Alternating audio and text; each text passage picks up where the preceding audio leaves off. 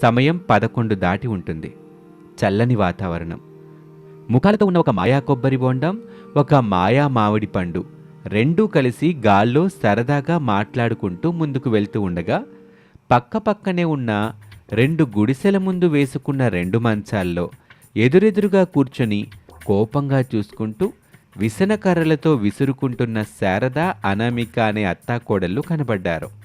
ఓయ్ మామిడి, మన అత్త కోడలని చూసావా?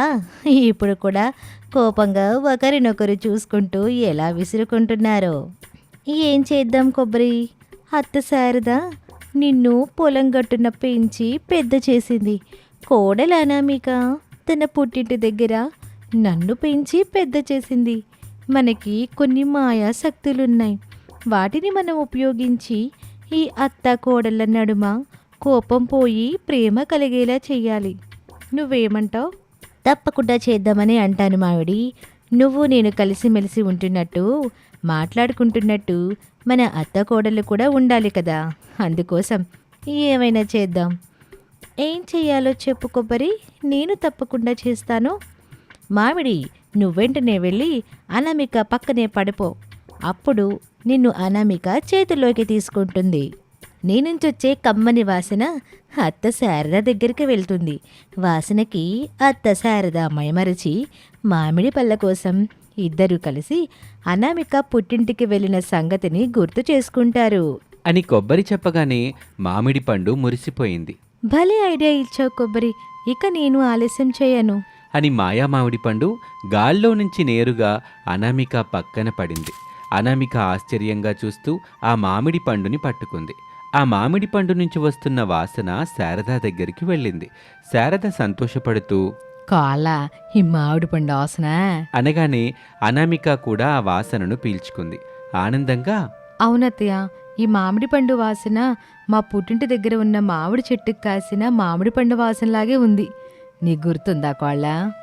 అయ్యో ఎంత మాట అత్తయ్య, నేను కోడలుగా వచ్చిన కొత్తలో మీరు నేను కలిసి ఈ మామిడి పళ్ళ కోసమే కదా మా పుట్టింటికి వెళ్ళాం.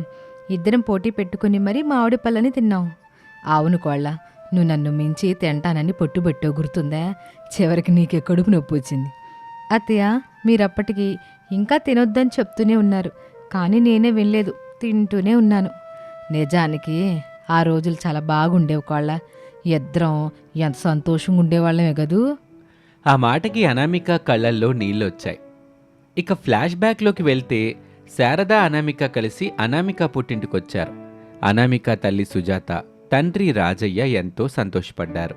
చెల్లమ్మ, బావగారిని, అల్లుడు గారిని కూడా తీసుకురావాల్సిందిగా. వాళ్ళకే పనులున్నాయని చెప్పారన్నయ్య. నేను నా కోళ్ళ మాత్రం ఓ 2 రోజులు ఉండిపోదామని వచ్చాం. అయ్యో వదిన, 2 రోజులు కాకపోతే 2 వారాలు ఉండండి. వద్దని మీకెవరు చెప్తారు? చాలు వదిన, నువ్వెందుకు అట్టా అంటున్నావు నాకు తెలుసులే. ఎక్కడుంటే మీ కూతురు మీ కళ్ళ ముందు ఉంటుంది, సంతోషంగా చూసుకోవచ్చని. ఆ మాత్రం నాకు అర్థం కాదా? మీకు అర్థం కాదని మేము అన్నామా వదిన? లోకజ్ఞానం తెలిసిన వాళ్ళు ఈ చిన్న ముచ్చట అర్థం కాదని మేమెలా అనుకుంటాం చెప్పండి? సర్లే వదిన, నేను నా కాళ్ళు వచ్చిన విషయం ఏంటంటే అని శారద విషయం చెప్పబోతూ ఉంటే సుజాత మాట మధ్యలో కల్పించుకొని, మామిడి పళ్ళ కోసం వచ్చారని మాకు తెలుసు వదిన అని చెప్పింది. తెలుసుగా, మరి పెరట్లోకి పదండి, మామిడి పళ్ళను కోసుకుందాం. శారద, అనామిక, సుజాత, రాజయ్య పెరట్లోకి మామిడి చెట్టు దగ్గరికి వచ్చారు. తాజా మామిడి పళ్ళని చూడగానే శారద నోట్లోకి లాలాజలం వచ్చింది.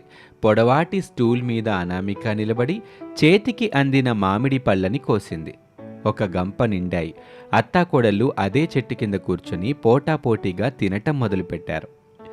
ఇక ఫ్లాష్ బ్యాక్ పూర్తయింది. ఆకాశంలో తేలుతున్న కొబ్బరి, మామిడి ఆసక్తిగా చూసుకున్నాయి. చూసావా మామిడి, మొదటి అడుగు పడింది. మామిడి సంతోషంగా, అవును కొబ్బరి, ఇప్పుడు మన ప్లాన్ 2వ భాగం పూర్తి చేయాలి అని చెప్పింది. అంతే, కొబ్బరి కూడా మెల్లగా కిందకు జారింది. శారద పక్కన పడింది. శారద ఆశ్చర్యంగా, అయ్యో ఇది ఎక్కడి నుంచి వచ్చింది అనామిక అని అడిగింది. అప్పుడు అనామిక వెంటనే, నాకు తెలీదు అత్తయ్య అని చెప్పి తన చేతిలో ఉండాల్సిన మామిడి పండు అక్కడ లేదని గమనించింది. అత్తయ్య, మీరొకటి గమనించారా? ఇంతకు ముందు నా దగ్గరికి మామిడి పండు వచ్చింది, అప్పుడు మీ దగ్గర కొబ్బరి బొండం లేదు. ఇప్పుడు మీ దగ్గరికి కొబ్బరి బొండం వచ్చింది, నా దగ్గరే మామిడి పండు లేదు. అని కోడలు అనామిక చెప్పిన విషయం అత్తగారు శారదకి అర్థమైంది.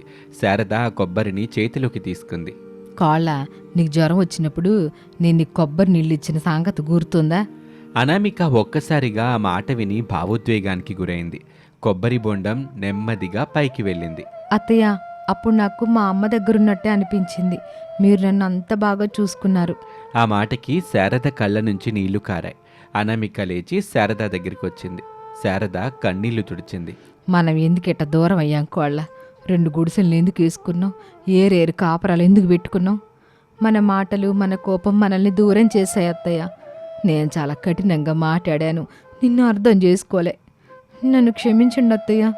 ఇద్దరూ ఒకరిని ఒకరు ప్రేమగా చూసుకున్నారు. మాయా మామిడి పండు, కొబ్బరి బొండం కలిసి అత్తాకోడళ్ల దగ్గరికొచ్చాయి. ఇద్దరూ వాటిని చూసి ఆశ్చర్యపోయారు. అమ్మగారు బాగున్నారా? నన్ను పెంచి పెద్ద చేశారు. పొలం దగ్గరికి వచ్చిన ప్రతిసారి నన్ను ఎంతో అభిమానంగా చూసేవాళ్ళు. నా బాధని అర్థం చేసుకున్నారు. ఇప్పుడు మీ బాధని అర్థం చేసుకోకుండా ఎలా ఉంటాను చెప్పండి? అందుకే వచ్చాను, అర్థం చేసుకున్నాను, మీ ఇద్దరిని కలిపాను. శారద అనామిక మామిడి పండు వైపు చూశారు. అనామిక అక్క బాగున్నావా? నన్ను గుర్తుపట్టావా లేదా ఇంతకీ? చెల్లి అంటూ నా పుట్టింటి దగ్గర నేను పెంచుకున్న మామిడి పండువి నువ్వే కదూ? వావక్క, నువ్వు సూపర్. మీరిద్దరు కలిసి మా ఇద్దరిని కలుపుదామని వచ్చారా? అవునమ్మగారు, ఈ ఎండాకాలం ఆ గుడిసెలో వేడి తట్టుకోలేక ఉండలేకపోతున్నారు కదూ. ఏం చేద్దాం, చేసేదేమో కూలి పని, వచ్చేది తక్కువ డబ్బులు. అది బతకడానికి ఎట్టా సరిపోద్ది. ఇక కాలర్ కొనే స్తోమత ఎక్కడ చెప్పు? అందుకత్తగారు, నేను నీకు అత్తనేంటే? అనామిక అక్క నాకు అక్క, ఆ అక్కకి మీరు అత్తగారు, అప్పుడు నాకు కూడా అత్తగారే అవుతారు కదా అత్తగారు. సర్లే కాళ్ళ. ఇద్దరూ కలిసిమెలిసి ఒకే ఇంట్లో ఉంటారా? లేదు ఇలా విడిగానే ఉంటారా? ఎందుకు మామిడి పండు కాళ్ళ? మీరిద్దరూ కలిసి ఒకే ఇంట్లో ఉంటారా? లేదంటే ఇలాగే విడివిడిగా ఉంటారా? శారద అనామిక ముఖాలు చూసుకున్నారు. చూసుకుంది చాలమ్మగారు, అత్త కోడళ్ళు కలిసిమెలిసి ఒకే ఇంట్లో ఉండాలి. అదే మంచిది. మేమిద్దరం కలిసి ఒక పెద్ద ఇల్లులా మారిపోతాం. అంటే మాయ కొబ్బరి మామిడిళ్ళు అంతేనా? అంతే. ఇట్ట చూడండి, కలిసిమెలిసి ఉంటాం, కానీ ఇల్లులు మాత్రం వేరువేరుగా ఇవ్వండి. కొబ్బరి మాయ ఇల్లు నాకు, మాయా మామిడిల్లు కోడలకి. మీరిలా చెప్తే అలాగే, కానీ అత్త కోడళ్ళు విడిపోవడం అంత మంచిది కాదు, అది గుర్తుపెట్టుకోండి. నేనెందుకు వేరువేరుగా మాయా ఇల్లులు ఇవ్వమని చెబుతున్నానో తెలుసా? తెలుసు. ఈ వేసవి సెలవులకి పట్నంలో చదువుకుంటున్న నీ చిన్న కొడుకు వినోదు, కూతురు మాలతి వస్తారు కదా.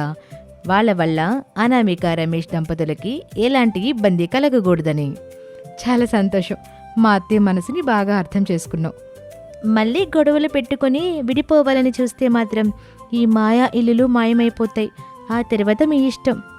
లేదు లేదు, మేము ఎప్పటికీ కలిసి మెలిసి ఉంటాం అని చెప్పగానే మాయా కొబ్బరి మామిడి ఇల్లుల్లా మారిపోయాయి.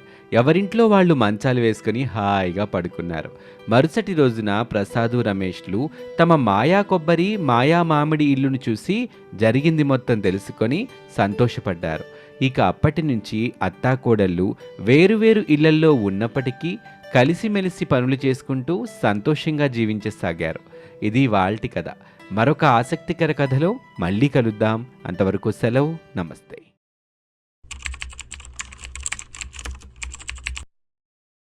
బెడ్ మీద కూర్చుని ఆలోచిస్తున్న అనామిక దగ్గరికి రమేష్ వచ్చాడు.